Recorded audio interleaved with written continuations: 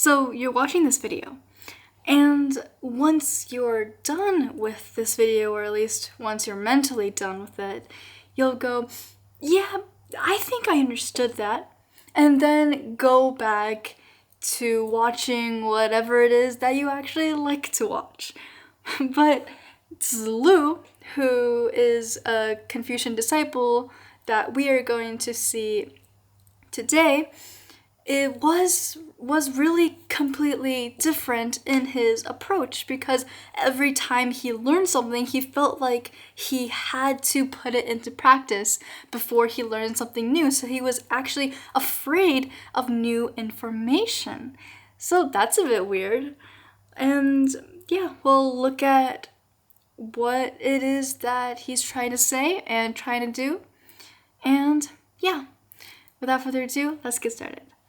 5.14. Before Zilu was able to put into practice what he had heard, he only feared that he might hear something else. So Zilu was very action-oriented. So every time Confucius taught him something, he felt like he had to put it into practice, put it into action. So he didn't want to just collect the ideas and just have them floating around in his head, because he might forget, and also he just wanted to put it into action, put it into his life, so that he would become a better person.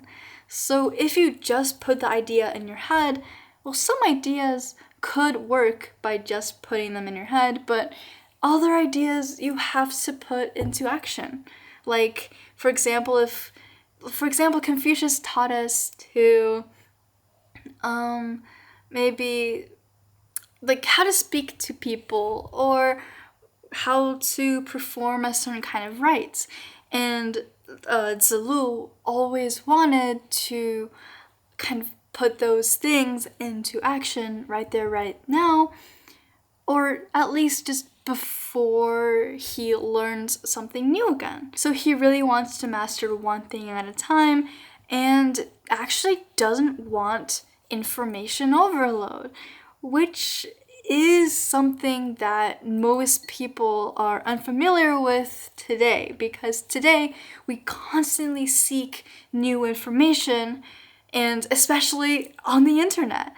And we keep scrolling, and we can easily Google stuff, and so on. And you might just think that knowing a lot of things will make you into a better person, but Zilu instead argues that knowing more than you can master or practice at one time is actually not good for you at all. So Zilu was afraid that if Confucius taught him a second thing, then the first one would just wither away from his memory.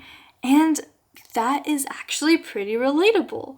So for example, I don't know if you play an instrument, but let's say you do, and you learn a piece. And we know that instruments take a lot of practice, unless you're doing something like a kazoo or something. But most instruments need practice, constant practice, or else you would absolutely forget all that you had learned. So you have to practice something every single day, either whether that's a segment of something and then you just connect them together at the end, or you just practice the piece over and over again. And if you don't practice it for, let's say, a week or 2 weeks, then you might completely lose memory of it. Or if you haven't touched a math concept in a really long time, and you probably have completely forgotten about that too. So the moral of the story here is that Confucian virtues, Confucian values, Confucian lessons, or just any lesson, you can't just put it in your head, because you could easily forget about it. So instead, you should put it into action.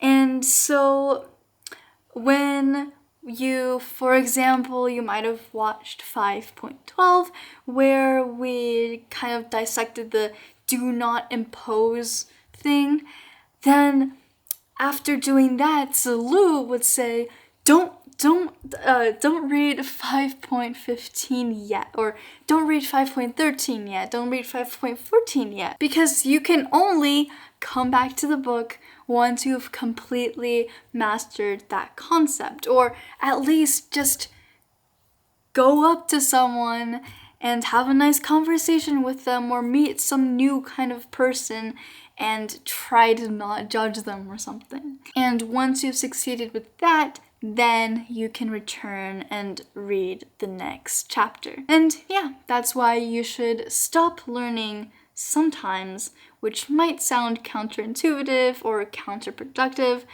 but stop learning sometimes and start doing it too. And yeah, that'll be all today, and I will see you in the next one. Bye!